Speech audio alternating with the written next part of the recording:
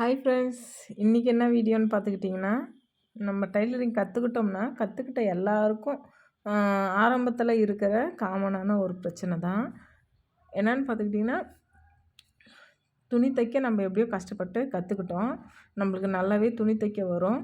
ஓரளவுக்கு நம்ம ப்ளவுஸ்லாம் நல்லாவே தைப்போம். அப்படின்னா ஓரளவுக்கு இல்லை, நல்லாவே தைப்போம் அப்படின்ட்டு ஆரம்பிச்சிருச்சு. நம்ம தைக்க ஆரம்பிச்சிட்டோம் அப்படின்னா, எனக்கு துணி வரல அப்படின்னு சொல்லிட்டு ரொம்ப பேர் கம்ப்ளைண்ட் பண்ணுறாங்க.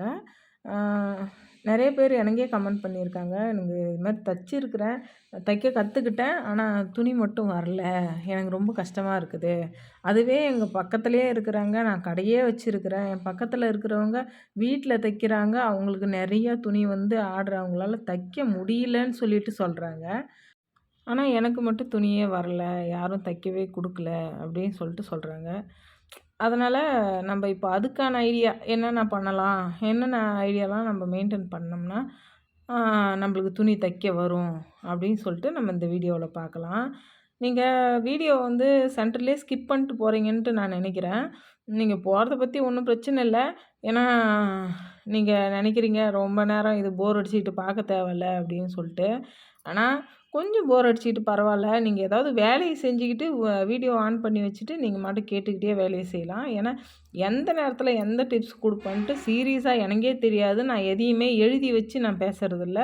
அப்படியே ஃப்ளோவில் இன்றைக்கி இந்த வீடியோ பண்ணலாம் அப்படின்னு சொல்லிட்டு எனக்கு தோணுச்சுன்னா, அந்த வீடியோவுக்கு என்னென்ன தேவையோ அப்படியே ஃப்ளோவில் நான் பேசுவேன். இந்த டைமிங்ஸில் தான் நான் இந்த ஐடியாவை கொடுப்பேன், இந்த டிப்ஸை கொடுப்பேன்ட்டுலாம் எந்த ஒரு இதுவுமே இல்லை. அதனால் நீங்கள் ஸ்கிப் பண்ணாமல் பார்த்தீங்கன்னா இந்த வீடியோவை பார்க்குறதுல ஒரு பிரயோஜனம் இருக்குது. இல்லை அப்படின்னா நீங்கள் பார்க்க தேவையில்ல. ஏன்னா நீங்கள் சென்டர்லேயே கட் பண்ணிட்டு போகிறீங்க அப்படின்னும்போது இந்த வீடியோ உங்களுக்கு வேஸ்ட்டாக தான் இருக்கும். நீங்கள் ஃபுல்லாக பார்க்குற மாதிரினா எந்த டைமில் என்ன டிப்ஸ் கொடுப்பேன்ட்டு எனக்கே தெரியாது. அப்போ நீங்கள் ஃபுல்லாக பார்த்தீங்கன்னா உங்களுக்கே ஏதாவது ஒரு பிரயோஜனமாக இருக்கும். உங்களுக்கே பிரயோஜனம் இல்லை அப்படின்னும்போது இந்த வீடியோவை பார்க்குறதுல ஒரு பிரயோஜனமும் இல்லை. அதனால் முடிஞ்ச வரைக்கும் வீடியோவை கேட்டுக்கிட்டாவது, நீங்கள் பார்க்காட்டியும் காதில் கேட்டுக்கிட்டாவது ஏதாவது வேலையை செஞ்சுக்கிட்டு நீங்கள் தைக்கிறீங்கன்னா ஆன் பண்ணி வச்சுட்டு தைச்சிக்கிட்டே கேட்டுக்கிட்டு இருங்க.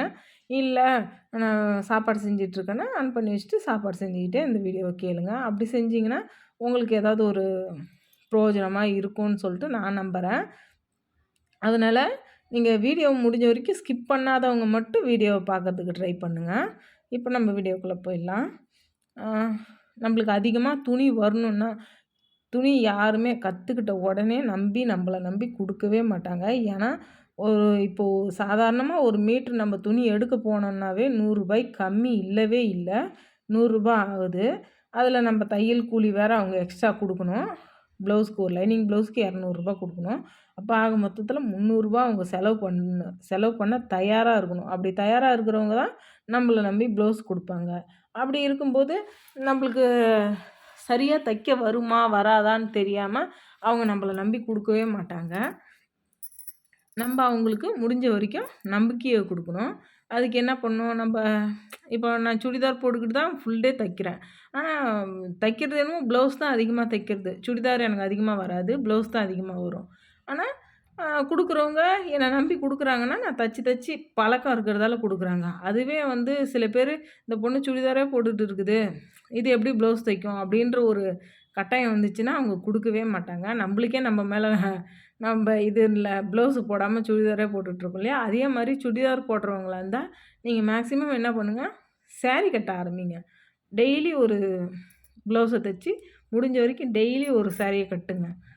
பரவாயில்ல, அந்த ஸாரீக்கும் அந்த ப்ளவுஸுக்கும் சம்மந்தமே இல்லாட்டியும் பரவாயில்ல. ஏன்னா சம்மந்தம் இல்லாமல் இருக்கும்போது தான் அதை நம்மளை கவனிப்பாங்க ஜனங்க. ஸாரீ ஒரு கலரும் ப்ளவுஸ் ஒரு கலரும் இருந்தாலும் பரவாயில்ல.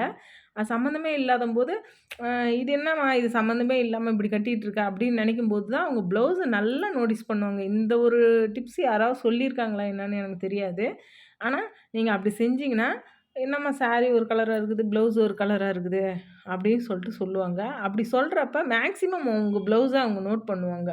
அப்போது நீங்கள் ப்ளவுஸ் நல்லா தைக்கிறீங்க, யாரும்மா தைச்சாங்க அப்படின்னு கேட்கும்போது, நான் தான் தைச்சேன், உங்களுக்கு வேணுமா இருந்தால் நான் தைச்சி கொடுக்குறேன், நீங்கள் ஒரே ஒரு தடவை என்கிட்ட கொடுத்து ட்ரை பண்ணுங்கள் அப்படின்னு சொல்லிட்டு அவங்களுக்கு நம்பிக்கை தர மாதிரி நீங்கள் பேசுங்க.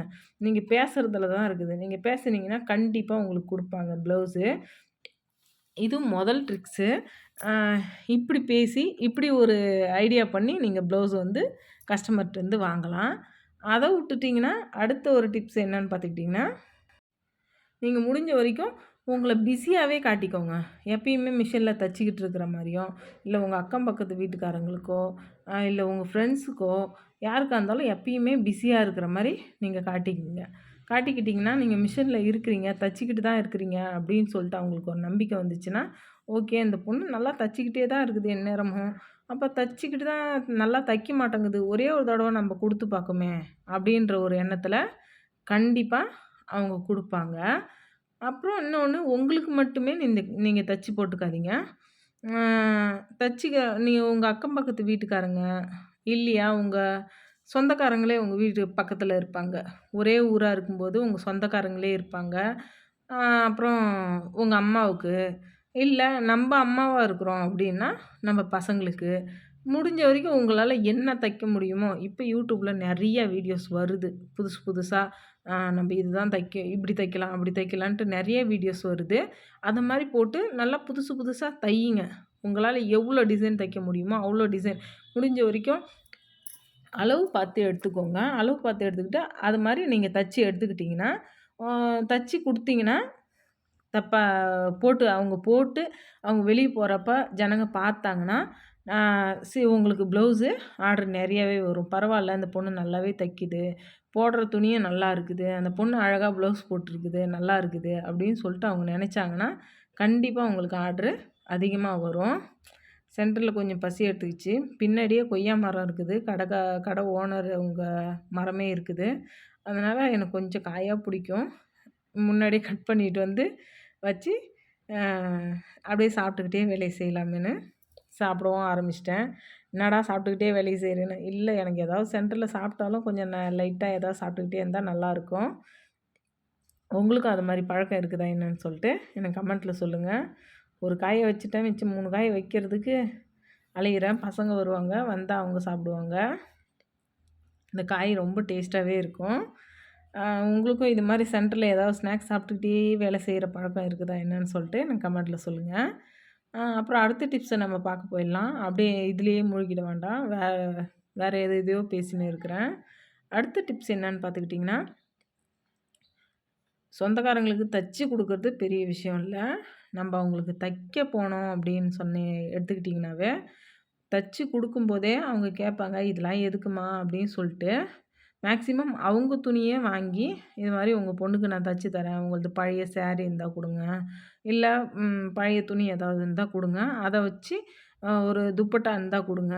அதில நான் உங்களுக்கு ட்ரெஸ் தச்சு தரேன். ஏன்னா, இப்பலாம் வர ரொம்ப பெரிய பெரிய துப்பட்டா அந்த ரெடிமேட் ட்ரெஸ் வருது இல்லையா? அதெல்லாம் வந்து காட்டன் துப்பட்டாலாம் ஒரு சுடிதார் தைக்கிற அளவுக்கே அந்த துப்பட்டா வரும். அந்த மாரி வந்துச்சுன்னா, அதிலேயே ஒரு ட்ரெஸ்ஸு தச்சு அவங்களுக்கு குடுத்தீங்கன்னா, அம் பரவால்ல. உங்க காசுலயே கொஞ்சம் லைனிங்லாம் எடுத்து போட்டு நீங்க தச்சு குடுங்க. தடவ குடுக்குறப்ப அவங்க சொல்லுவாங்க, எதுக்கும்மா இந்த வேலைலாம்?" அப்படின்னு சொல்லிட்டு சொல்றாங்க இல்லையா? அப்போ கட் அண்ட் ரைட்டா சொல்லிடுங்க. என்னான்னா, "நானு இப்போ ஃப்ரீயா இருக்கிறேன். அதனால நான் தச்சு தரேன்.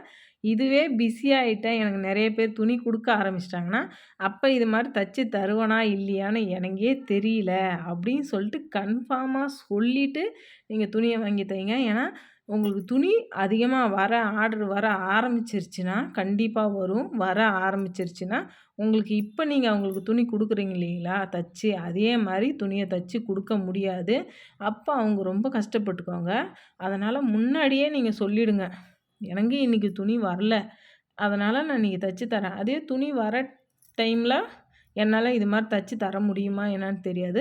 அன்னைக்கு நீங்க காசு குடுத்துக்கோங்க. இன்னைக்கு பரவால்ல அப்படின்னு சொல்ட்டு நம்பளே நம்ம கொஞ்சம் பெருந்தன்மையா நடந்துக்கிறதும் இல்லாம, எதார்த்தத்த நம்ம சொல்லிடணும்.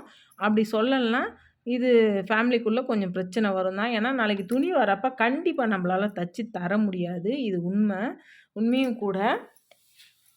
அதனால இத கரெக்ட்டா சொல்லிடுங்க. இதில நான் என்னென்ன சொன்னேன்னா, ஃபர்ஸ்ட்டு உங்க துணிய தச்சு, நீங்க டெய்லி ஒரு சாரிய வேர் பண்ணுங்க. இன்னொன்னு உங்கள் ஃப்ரெண்ட்ஸுக்கு, அப்புறம் நீங்கள் காலேஜ் போகிறீங்கன்னா, காலேஜுக்கு டெய்லி ஒரு ட்ரெஸ்ஸை டெய்லி தச்சு போட்டு எடுத்துகிட்டு போவீங்க அப்படின்லாம் சொல்ல. நீங்கள் தச்சு வச்சுக்கோங்க. நீங்கள் போகிறப்ப போட்டுக்கிட்டு போங்க. அப்போ இதை நான் தச்சேன் அப்படின்னு சொல்லுங்கள். யூனிக்காக ஒரு டிசைனை நீங்கள் இது பண்ணுங்கள். புதுசா இப்போ காலேஜில் எல்லாரும் போட்டு வராங்கன்னா, இப்போ ரெடிமேட் மாரியே ஒரு டிசைனை தையுங்க. அப்படி தச்சுட்டு ரெடிமேட் மாரியே என்னால் தைக்க முடியுமா? அதெல்லாம் ஒன்றும் இல்லை. ரெடிமேட் தைக்கிறவங்களும் மனுஷங்க தான் தைக்கிறாங்க. அதே மாரியே நம்மளால தைக்க முடியும் கண்டிப்பா. அதே மாரி தச்சு நீங்க போட்டுக்கிட்டு போகலாம். அப்படி போட்டுக்கிட்டு போகிறப்பயும் உங்களுக்கு நிறைய கஸ்டமருங்க வருவாங்க. துணியை நம்பி கொடுப்பாங்க.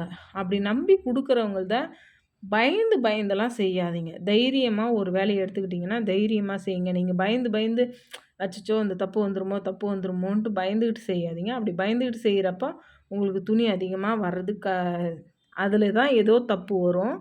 அதனால் பயப்படாமல் தைரியமாக செய்யுங்க. கண்டிப்பாக உங்களுக்கும் துணி நிறையா வரும். நான் கடை வச்ச ஆரம்பத்தில் எனக்கும் துணி வரல தான். கண்டிப்பாக துணி இல்லாமல் நானும் சும்மா தான் வெட்டியாக உட்காந்துருப்பேன். பொழுது வரைக்கும் காலையில் போயிட்டு சாயந்தரம் வரைக்கும் உட்காந்துருந்துட்டு தான் வருவேன். நான் இதே மாதிரி தான் துணியை தச்சு ஒன்று நான் போடுவேன், இல்லை பசங்களுக்கு போடுவேன். பசங்களுக்கு போட்டாலும் ஸ்கூல் போகிற பசங்க மேக்ஸிமம் யாரும் பார்க்க மாட்டாங்க இந்த சைடு. நீங்கள் போட்டுக்கிட்டு நீங்கள் வெளியே நடமாடுங்க. அப்போது அவங்க பார்ப்பாங்க. பார்த்துட்டு தைக்கிறதுக்கு உங்கள்கிட்ட கொடுப்பாங்க. இல்லையா, நீங்கள் ஒரு ப்ளவுஸ் ஏதாவது கொடுங்க, நான் தச்சு கொடுக்குறேன். அது உங்களுக்கு ஓகே ஆயிடுச்சுன்னா அதே மாதிரியே நீங்கள் என்கிட்ட தச்சுக்கோங்க அப்படின்னு சொல்லிட்டு சொல்லுங்கள். நீங்கள் ஒரு நம்பிக்கை கொடுங்க. நம்பிக்கை கொடுத்தீங்கன்னா கண்டிப்பாக உங்களுக்கு ப்ளவுஸ் கொடுப்பாங்க. எனக்கு முதல்ல நான் மிஷினை வீட்டில் தான் போட்டிருந்தேன். அக்கம் பக்கத்து வீட்டுக்காரங்க தான் எனக்கு ப்ளவுஸ் கொடுத்தாங்க. அதுக்கப்புறம் தான் வெளியில் கடை போட்ட பிற்பாடு தான் ஒவ்வொருத்தர் நம்பிக்கை இல்லாமல் தான் முதல்ல சாரீ ப்ளவுஸு கொடுக்கவே மாட்டாங்க.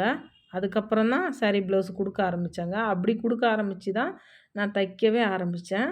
உங்களுக்கும் கண்டிப்பாக ப்ளவுஸ் கொடுப்பாங்க. உங்களுக்கு வரலையே ப்ளவுஸ் அப்படின்னு கவலைப்படாதீங்க. கண்டிப்பாக யாராவது ஒருத்தவங்க நம்மளையும் நம்பி நம்மளுக்கு ப்ளவுஸ் கொடுப்பாங்க. அதனால் ப்ளவுஸ் கண்டிப்பாக வரும். வந்ததுன்னா நீங்கள் எனக்கு சொல்லுங்கள் கமெண்ட்டில். இது மாதிரி நான் தைச்சேன், அதனால் எனக்கு ப்ளவுஸ் வந்துச்சுன்னு சொல்லிட்டு எனக்கு கமெண்ட்டில் சொல்லுங்கள். ஓகே, இந்த வீடியோ அவ்வளோதான். உங்கள்கிட்ட பேசிக்கிட்டே ஒரு ப்ளவுஸும் ரெடி பண்ணிட்டேன். ஓகே, இந்த வீடியோ உங்களுக்கு பிடிச்சிருக்குன்னு நம்புகிறேன். பிடிச்சிருந்ததுன்னா லைக் பண்ணுங்கள், ஷேர் பண்ணுங்கள், கமெண்ட் பண்ணுங்கள். மறக்காமல் நம்ம சேனலை சப்ஸ்கிரைப் பண்ணிக்கோங்க. Okay friends, bye. Thank you for வாட்சிங். Bye friends.